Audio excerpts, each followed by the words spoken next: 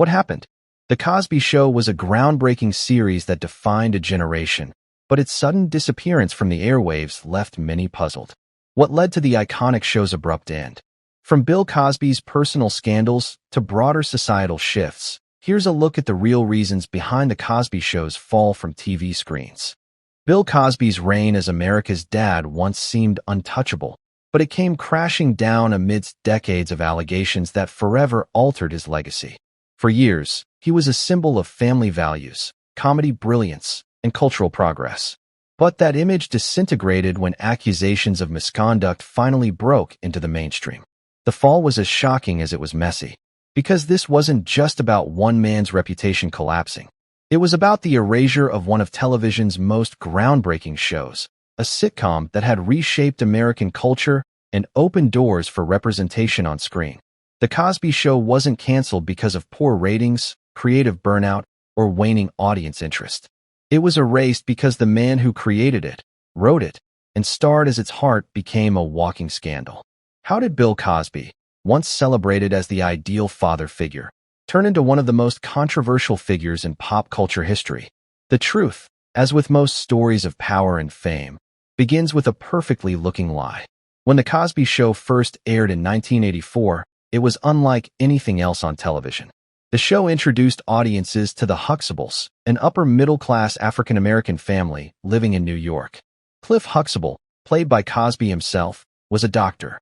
Claire, his wife, was a lawyer, and their 5 children filled the home with humor, conflicts, and relatable challenges. For millions of viewers, this family wasn't just entertaining, they were aspirational. The Cosby Show flipped the script on how black families were portrayed on television. Prior to its debut, most depictions leaned on stereotypes, poverty, or hardship. The Huxtables were different. Educated, professional, happy, and thriving in a comfortable home. Their success and intelligence challenged ingrained assumptions and offered audiences a fresh picture of what a black family could look like on primetime TV. Cosby drew much of the show's inspiration from his own life and comedy career. His stand-up routines often centered on parenting, family life, and the everyday absurdities of raising children. He wanted the sitcom to make people laugh, but also to teach valuable lessons about responsibility, education, and family values. Early on, he considered making the parents hold working-class jobs like taxi driver or electrician, but he eventually elevated them to doctor and lawyer. This was more than just a creative choice. It was a statement. By giving the Huxtables prestigious professions, Cosby sent a message that black families could embody success and achievement on television in a way that mainstream America wasn't used to seeing. The show was filmed in New York, and exterior shots used a real house to create authenticity, which made audiences feel that the Huxtables could be a real family living in their neighborhood. Casting the family was equally critical. Cosby personally selected the actors with great care, ensuring they fit his vision of the ideal sitcom family. Whitney Houston was even considered for a role, but her music career took precedence. Vanessa Williams was also in the running, but her duties as Miss America kept her from joining. Eventually, the chosen cast became iconic. Sabrina Lubaugh as Sandra, the eldest, Lisa Bonet as the rebellious Denise, Malcolm Jamal Warner as Theo, the only son, Tempest Bledsoe as Vanessa, and Kesha Knight Pulliam as Rudy, the adorable youngest daughter. Their chemistry and dynamic made the Huxtables feel real, warm, and funny.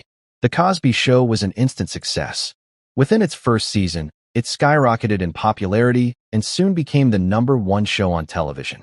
For 4 or 5 consecutive years, it reigned at the top, a feat few shows in television history have achieved.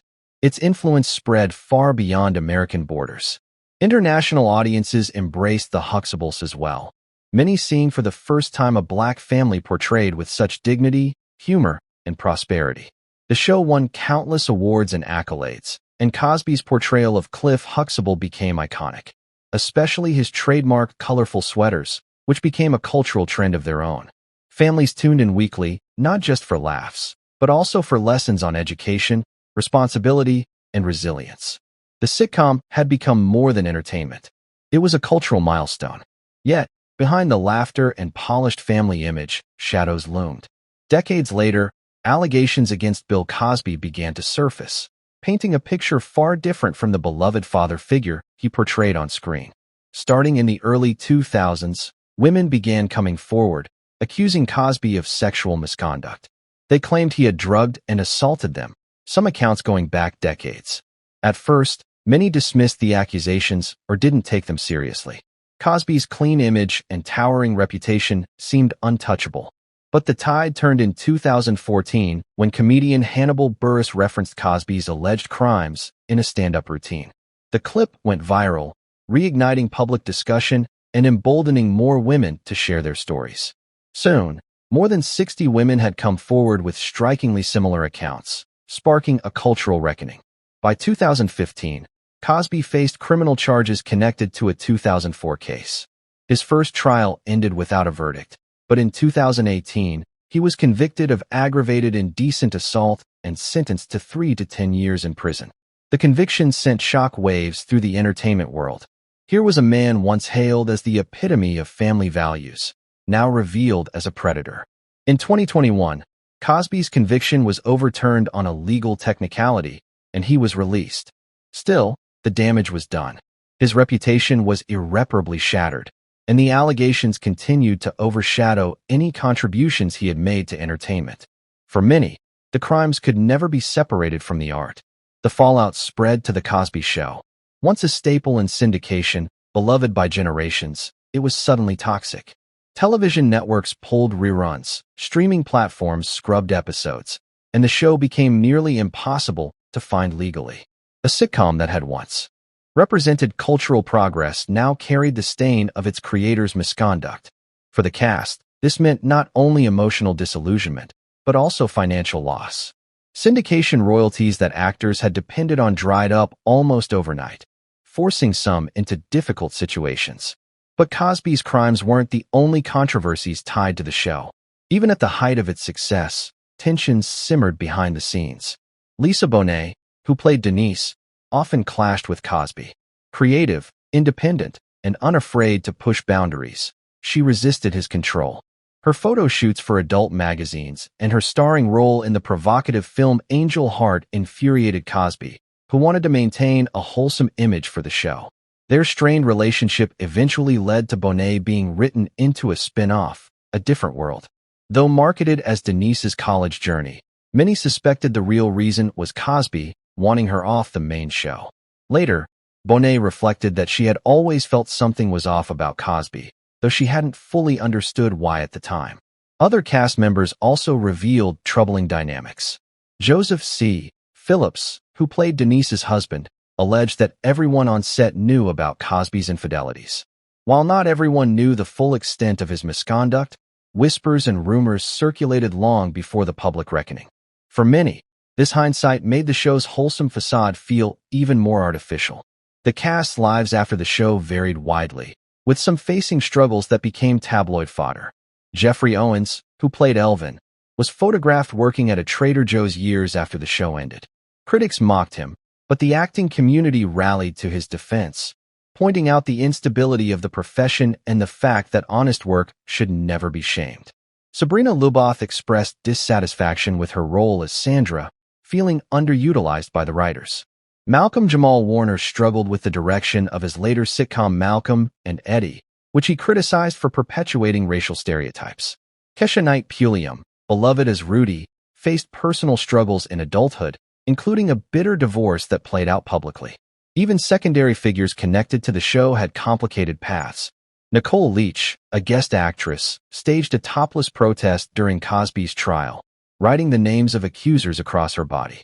Raven-Symoné, who charmed audiences as Olivia, later sparked backlash for controversial remarks about race. And Stacey Dash, who appeared in a minor role, faced her own controversies with arrests and polarizing political statements. Lisa Bonet's post-show life also made headlines, particularly her high-profile marriage to musician Lenny Kravitz and the upbringing of their daughter Zoe Kravitz, who would go on to become a star in her own right. Despite all the turmoil, The Cosby Show's cultural significance cannot be denied. At the time of its airing, it broke barriers in how Black families were represented on television. It shifted perceptions, proving that sitcoms could portray Black households as educated, affluent, and aspirational. Its influence paved the way for later shows like The Fresh Prince of Bel-Air and Blackish, which built on the legacy of representation. The show also addressed real issues like education, parenting, and adolescent struggles, packaging them in humor that resonated with audiences across racial and cultural lines.